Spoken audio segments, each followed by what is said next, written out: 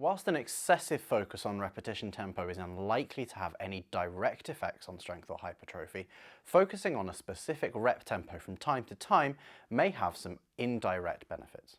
Number one is creating control throughout the lift. This is especially important for beginners who are more prone to bombing on exercises like squats and bench presses.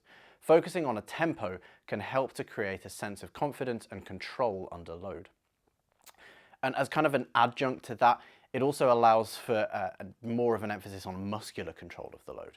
So for hypertrophy goals, this can help focus on specific muscles working, especially for isolation exercises. As a result, focusing on a specific tempo for exercises such as curls, tricep extensions, lateral raises, and flies can help ensure that the target muscles are being worked effectively. Number two is teaching or reteaching motor patterns. Now, for more experienced lifters, this can be an incredibly useful tactic for reteaching or altering motor patterns when a lifter is coming back from injury. Using slower eccentrics and pauses at various points of the lift can be a great tool in the rehabilitation of a lifter. Number three is targeting more metabolic effects. Now, targeting a pump may have beneficial effects for hypertrophy, although in our opinion, a little bit more research is needed before it can be definitively said that it has a really substantial effect.